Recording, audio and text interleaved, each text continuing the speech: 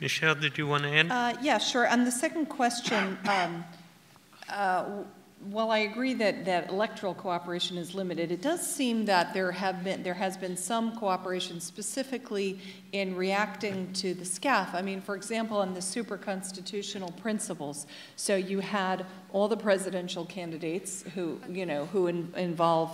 include some Islamists and some liberals, and also regarding the protests that might happen tomorrow, largely Islamist groups, but also there may be different reasons. Right. The Islamist group will be in the street by their reasons to refuse this constitution. Speak into the microphone. I think the Islamist groups and the liberal will go to the street tomorrow, but with different reasons. The Islamist comes to refuse super constitution's principles, but the others group, they come to the street because they want a schedule or a clear schedule agenda time for transferring the power. So they will be in the street, but with different reasons. Okay, great. And then on the issue on Saudi Arabia and the IMF and so forth, I mean, certainly we have seen Saudi Arabia and some of the other Gulf states step up and make some large pledges to the Egyptian government. My understanding is that most of them have not been delivered, however, that the amounts of cash that are going to go are actually limited. And that would have a number of different reasons. I mean, there was a pretty intensive round of contacts between the Egyptian government and the Saudis and other Gulf Arab governments after the initial Egyptian initiatives toward Iran. Okay, and then we saw that sort of cool down, that process of Egypt improving relations with Iran. Briefly, regarding the IMF loan and so forth, I think now the Egyptians are going to have to go back to the IMF. They had negotiated a loan in June, and they decided not to take it, but it wasn't because of conditionality. I think there was very, very little conditionality. It was because they thought first of all, they thought they were going to be getting some large cash transfers from the Gulf and maybe elsewhere, maybe from the G20 and so forth, and they ended up not coming through. Anyway. So. Thank you. Here. I'm Rafa Masmar, I'm a Palestinian journalist from Ramallah. At first, thank you, Esraa, and for all the youth in Arab world by this revolution. We really need it, and we support you totally in Palestine and in all over the world, the Arab world.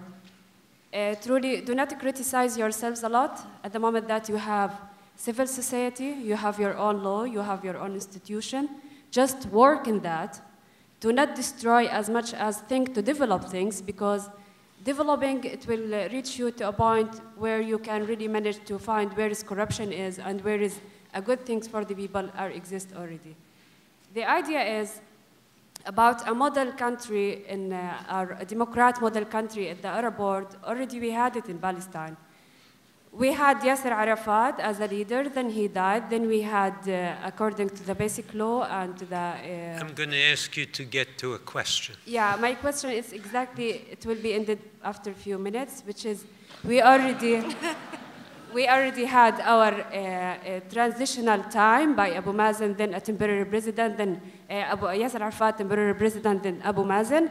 And we had the election 2006, and we had Hamas, which was elected by people, and that's not in our fault, it's democracy. And unfortunately, we had the sanctions. I'm totally afraid for the people, especially Arab choice in Arab countries. If they choose something totally different. I really do need to get you to get to a question. I'm asking, sir, would you please just listen to me? I'm asking. For the fifth speaker, so how we can really support the Ghannouchi government right now, at the moment that they are reflecting the street opinion. Because this is what the Arab people need when they are reflecting their opinions. And thank you a lot for this conference. Thank you. Michele Steinberg from EIR. And this question is to Esraa, Abdel, Fattah, and Michele Dunne, especially.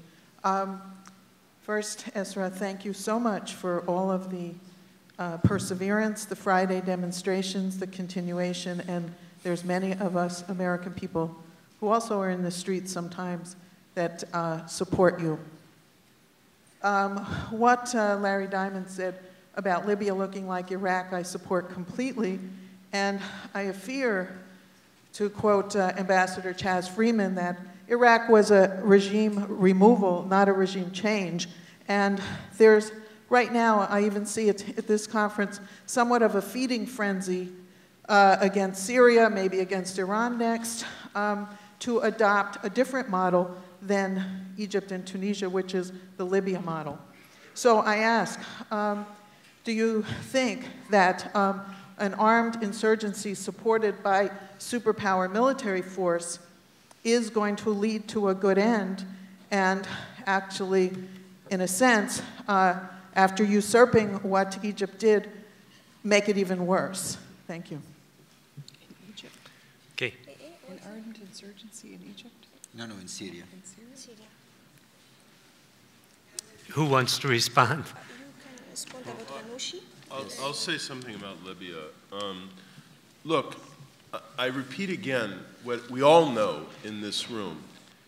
Each of these cases in the Arab world, every single one, has its very distinctive elements, and one of the worst mistakes we could make is to analogize too far and lose the kind of deep texture of distinctiveness of each case.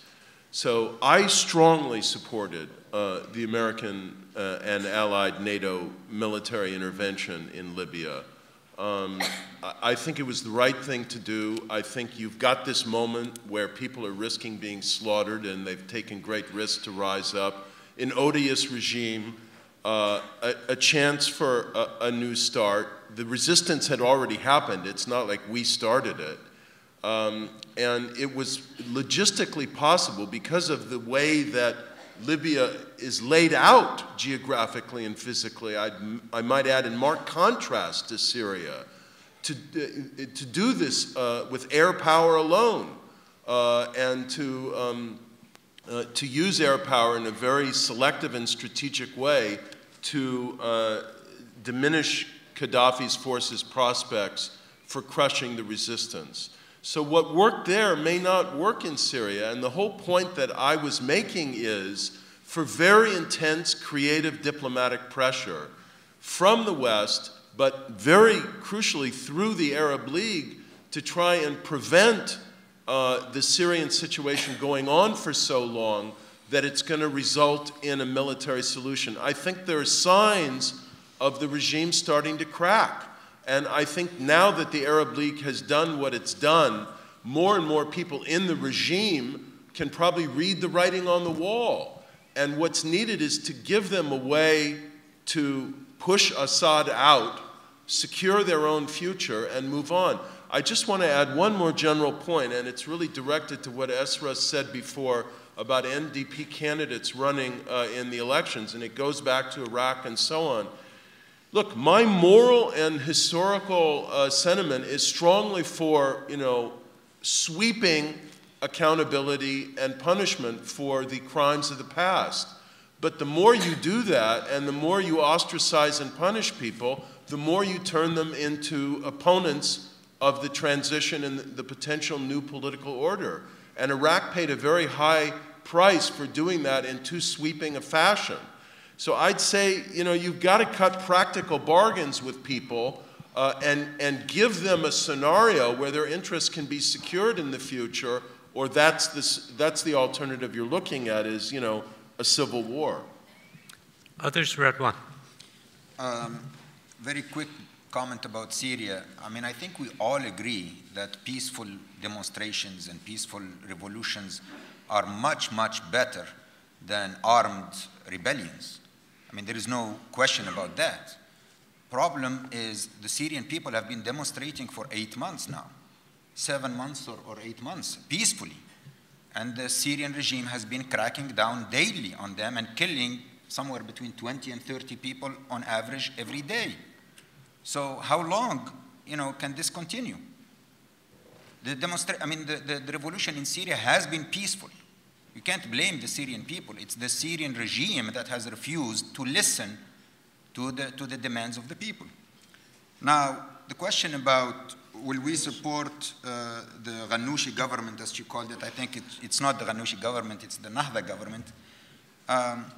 This is a major issue and a major question for the last 20, 30 years, the problem has been, and the question has been, how to deal with Islamic movements in the Arab world. And should we recognize them as political parties? If they come to power, how should we deal with them? You know, I think we really have to move on with that question. And I think I'm very happy that the United States and the European Union are moving on. I mean, they have passed that stage of are we going to recognize it or not, are we going to deal with them or not. Both the United States and France and the European Union have expressed strong support for this transition in Tunisia and for the new government, which is the government elected by the people.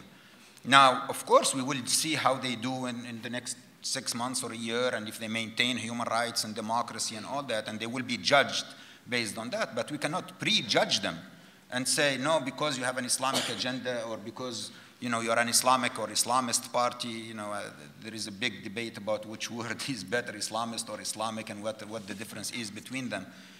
We have to, accept democracy. We have to deal with whoever is elected by the people. They are the legitimate representative of the Tunisian people or of the Egyptian people. And we have to support them to go in the right direction. We have to support, like I mentioned in my talk, Nahda to become successful and to follow the AK party model. If they don't do that, and if we don't support them in that, and if Nahda fails in Tunisia, then democracy will fail in Tunisia. Then we will have huge problems, as Larry mentioned, not only in Tunisia, but across the region. So we really have no choice but to recognize the reality and to deal with it and to support a Nahda movement, which, as I mentioned, is a moderate Islamic movement. And that's the only choice we have. I mean, people in Tunisia want Islam to be a part, Islamic values to be a part of their tradition and their future. And that's a reality we have to accept and we have to deal with. Thank you. Well, I regret that we have to bring this panel to an end. We have so many questions that remain. It's been an amazing panel. Before we thank our panelists, though, please bear with me. We have a lunch, Geneva Initiative lunch at 12:30 in Independence Eye. For those of you who have tickets, please head to the left. For those of you who are not able to join us, there is a food court downstairs, but please make it back by 2:15 for our third panel about the changing regional order. Now, please join me in thanking this superb group of panelists.